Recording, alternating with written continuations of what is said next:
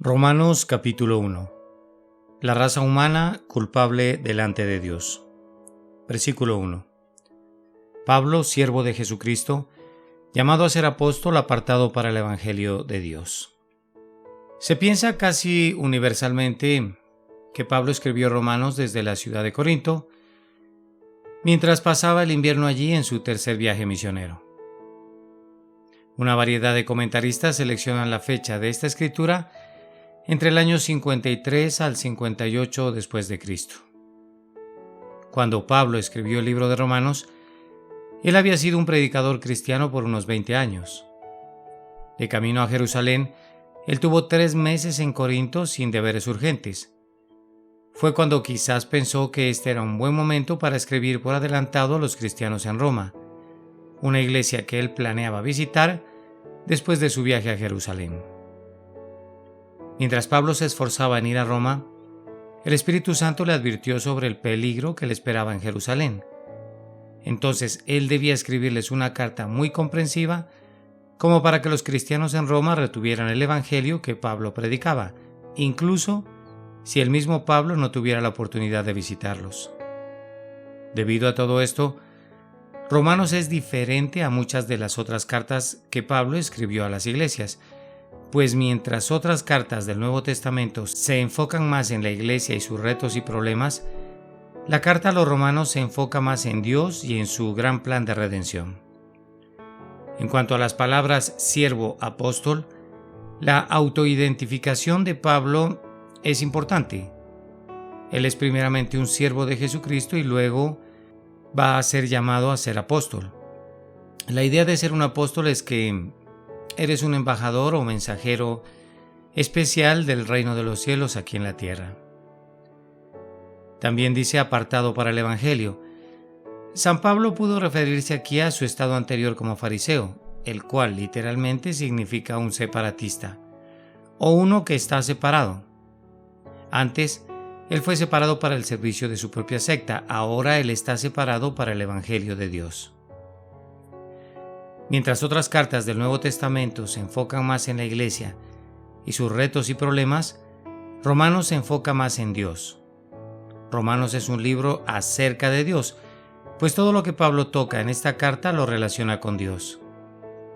La palabra Dios ocurre 153 veces en este libro, un promedio de una vez cada 46 palabras. Esto es más frecuente que cualquier otro libro del Nuevo Testamento. Romanos trata con muchos temas diferentes, pero tanto como un libro pueda ser, Romanos es un libro acerca de Dios. Versículos 2 al 6.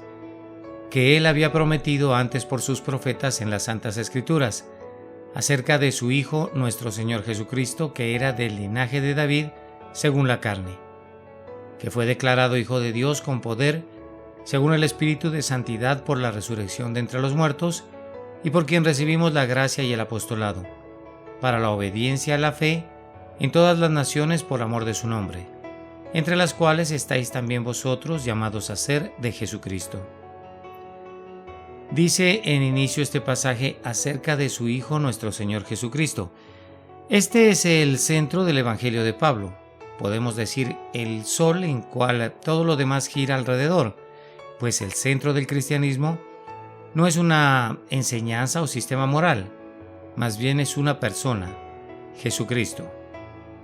Este libro de Romanos nos muestra que Jesús tiene un origen humano, me refiero, del linaje de David según la carne, y una existencia eterna, me refiero a declarado Hijo de Dios. Por tanto, la evidencia de la humanidad de Jesús es su nacimiento humano y la evidencia de su deidad es su resurrección de entre los muertos. Versículos 7 al 15. A todos los que estáis en Roma, amados de Dios, llamados a ser santos, gracia y paz a vosotros de Dios nuestro Padre y del Señor Jesucristo.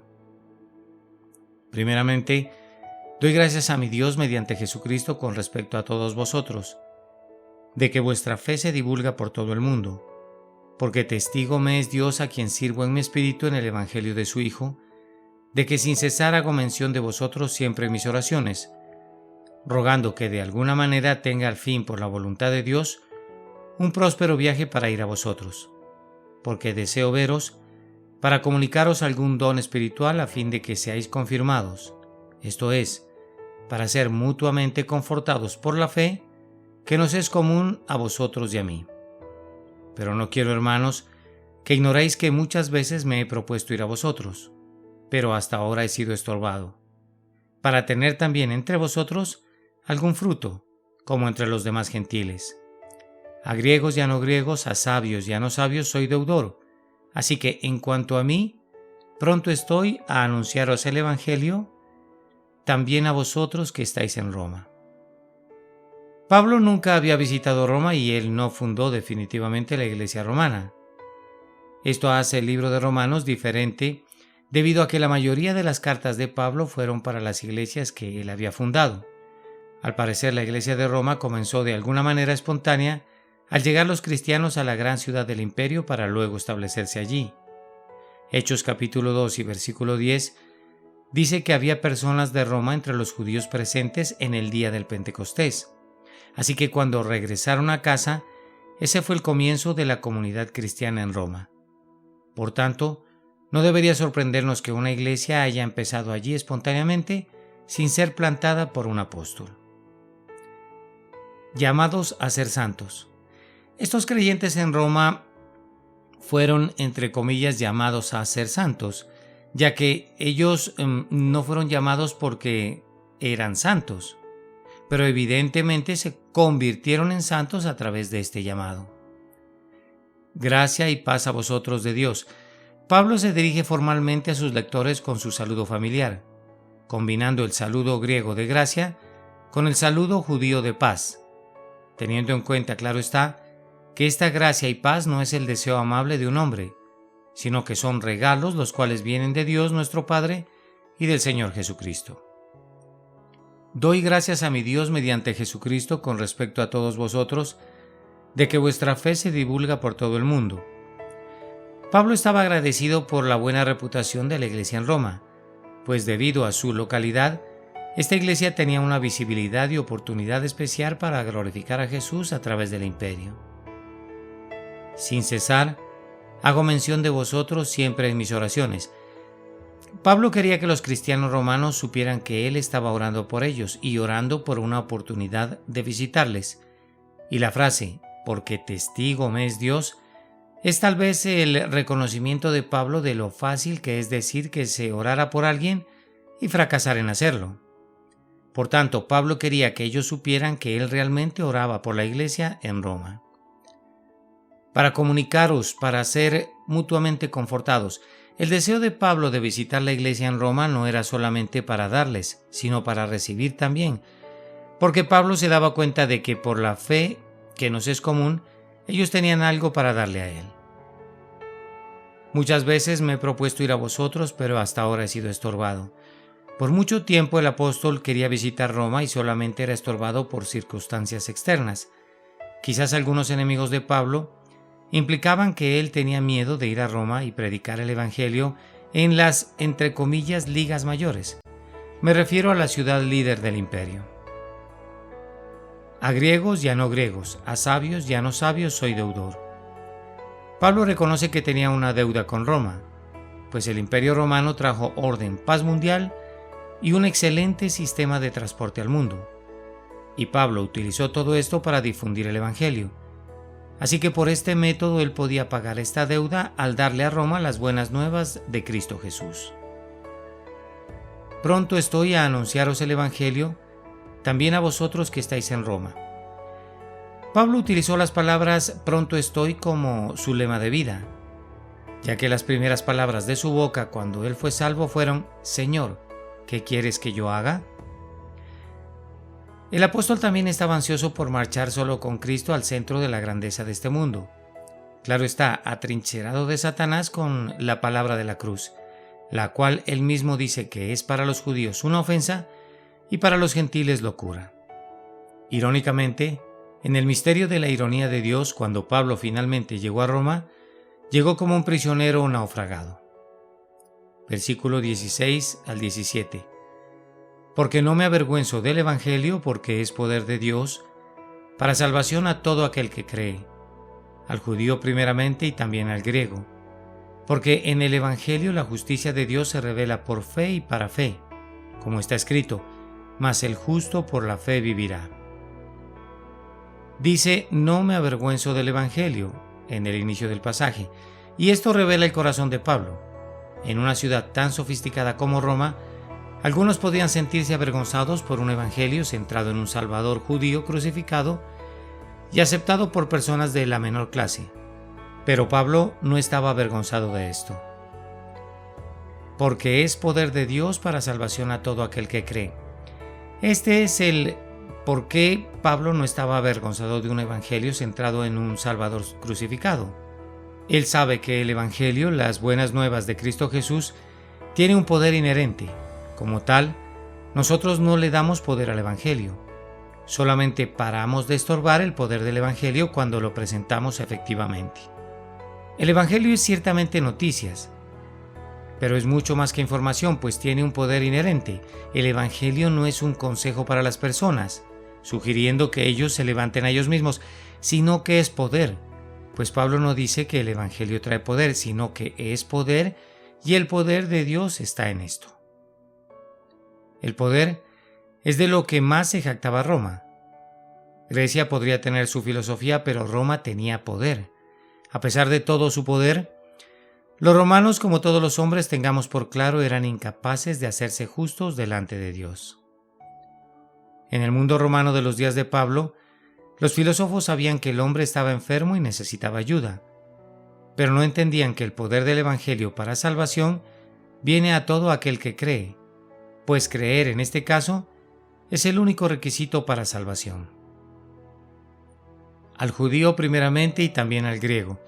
Esto significa que el Evangelio debía ir primero al judío étnico y después al griego cultural, pues en este tiempo la palabra griego había perdido por completo su sentido racial. Griego para los judíos era simplemente alguien que conocía la cultura y la mentalidad de Grecia. Porque en el Evangelio la justicia de Dios se revela. El Evangelio revela la justicia de Dios. Esta revelación de la justicia de Dios viene a aquellos con fe, esto es, para aquellos que siendo justificados, por la fe vivirán.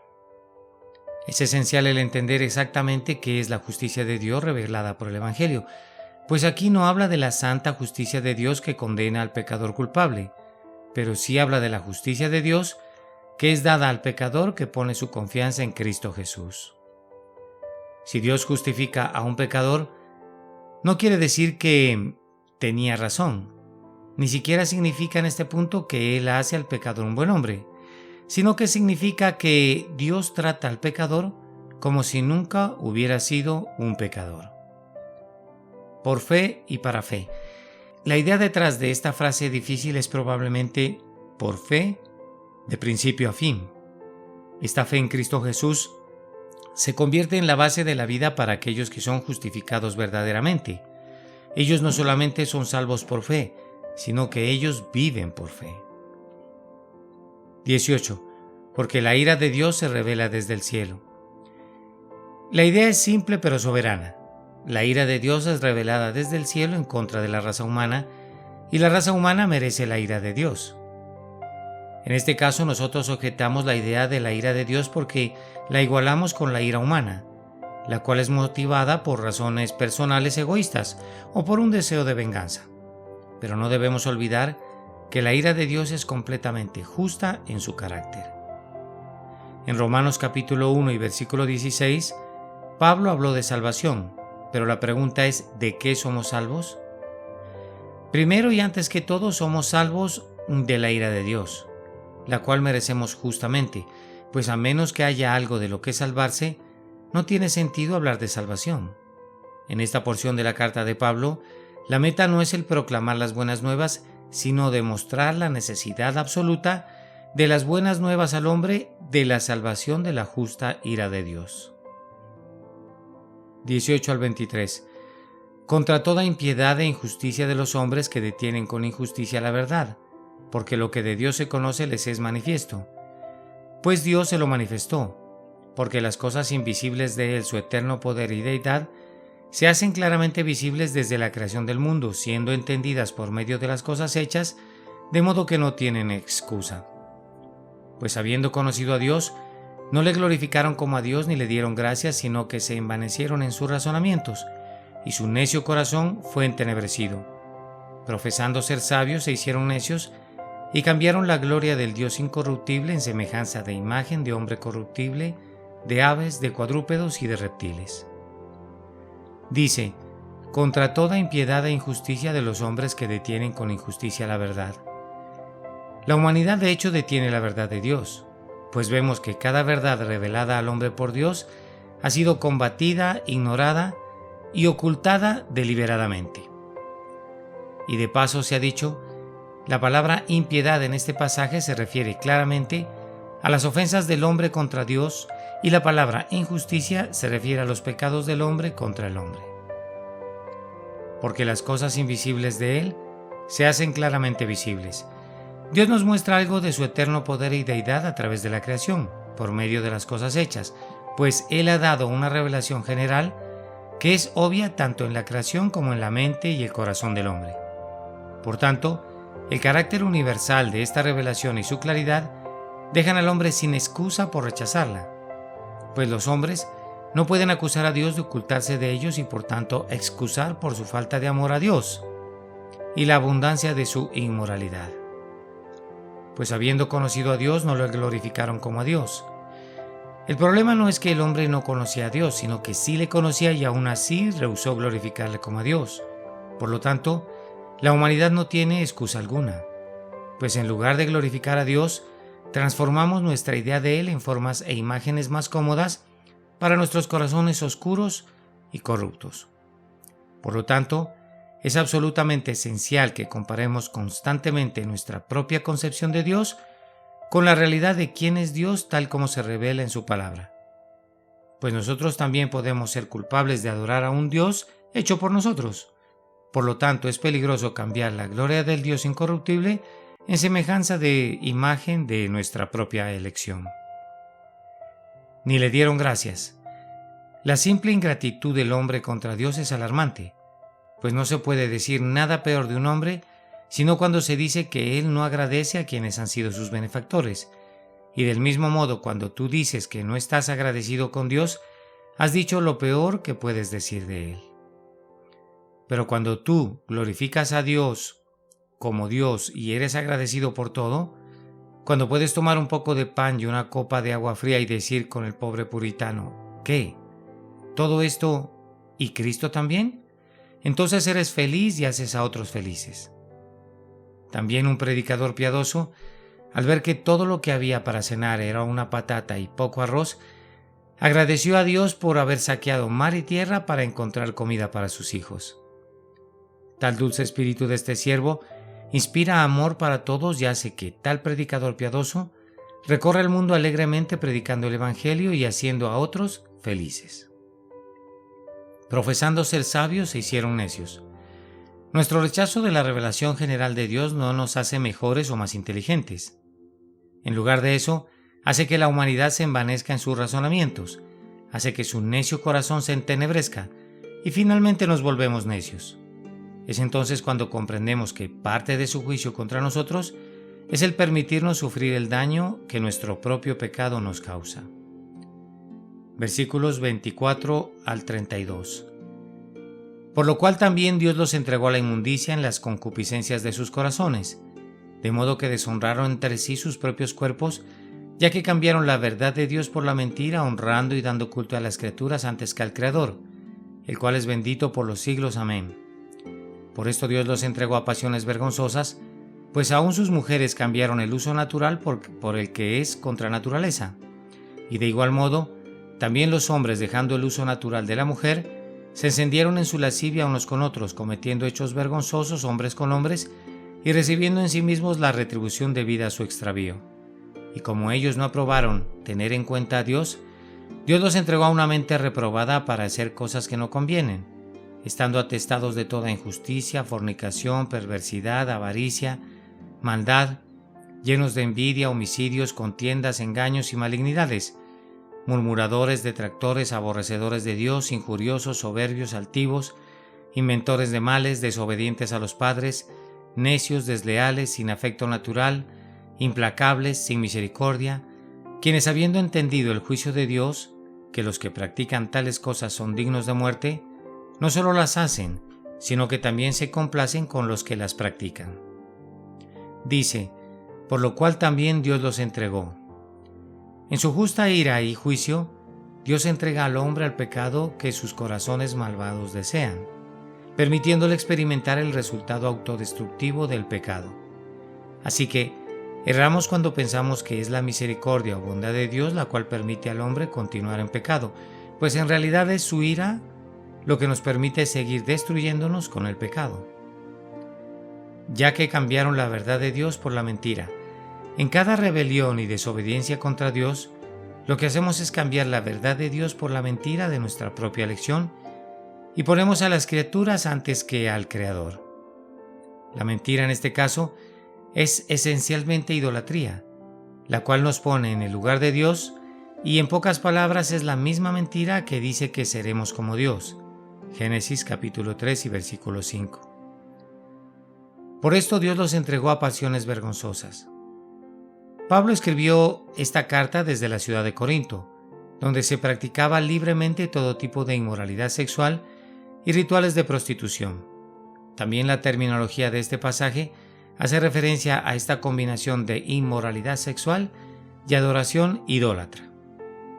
Esto de hecho da comienzo a un pasaje en donde Pablo describe el pecado y la corrupción del mundo pagano de una forma directa y asombrosa. Pues aún sus mujeres cambiaron el uso natural por el que es contra naturaleza. Pablo usa en este pasaje la homosexualidad tanto de los hombres como las mujeres como un ejemplo de que Dios entrega a la humanidad a la impureza y la lujuria a los que hacen uso de estas prácticas. Algunos dicen que la Biblia en ningún lugar condena la homosexualidad lésbica, pero Pablo pone en claro que el pecado de la homosexualidad condenado aquí está conectado con el pecado de las mujeres mencionado en este mismo pasaje. Pablo ni siquiera utiliza aquí las palabras normales para hombres y mujeres. Él utiliza las palabras para macho y hembra, usando categorías que describen la sexualidad fuera de los términos humanos, porque el tipo de pecado sexual que describe Pablo está sin duda fuera de la dignidad humana. El apóstol Pablo vivía en una cultura que abiertamente aprobaba la homosexualidad. Por lo tanto, comprobamos que esto no se escribió a una cultura que estaba de acuerdo con las Escrituras, sino que Pablo escribió a una cultura donde la homosexualidad era aceptada tanto para hombres como para mujeres, pues por algunos 200 años, los hombres que gobernaban el Imperio Romano practicaban abiertamente la homosexualidad. De hecho, el matrimonio legal entre el mismo género era reconocido e incluso algunos de los emperadores se casaban con otros hombres. En la cultura moderna, la práctica homosexual refleja el abandono al cual la humanidad está expuesta cuando dice, los entregó a la inmundicia, en la concupiscencia de sus corazones, de modo que deshonraron entre sí sus propios cuerpos. Esto en base a las estadísticas, las cuales nos dicen que, en promedio, el 43% de los homosexuales han tenido 500 o más compañeros sexuales en su vida, pues estos por lo regular mantienen sexo anónimo sin compromiso emocional, recibiendo en sí mismos la retribución debida a su extravío. Aquí se habla de una retribución para la conducta homosexual, ya que la homosexualidad conlleva en sí misma una retribución. Esto nos hace entender la naturaleza autodestructiva del pecado, que por lo regular lleva en sí misma su propia retribución. A veces la retribución de estos pecados es la enfermedad, la cual es la consecuencia de violar el orden de la naturaleza. Otras veces la retribución es la rebelión, dando como resultado un vacío espiritual y todas sus ramificaciones. Esta, entre comillas, libertad del hombre de desobedecer debe ser vista como el juicio de Dios y no su bondad, pues aquellos que participan en tales actos, como dice la palabra, están recibiendo en sí mismos la retribución debida a su extravío. Como juicio adicional en este pasaje, vemos que Dios entrega al hombre a una mente reprobada, de forma que las cosas que son vergonzosas y enfermizas son aceptadas y aprobadas fácilmente por este mismo hombre reprobado. La palabra reprobada tiene el significado original de aquello que no ha pasado la prueba. La idea es que ya que el hombre no aprobó en conocer a Dios, el hombre llegó a tener finalmente una mente reprobada ante Él.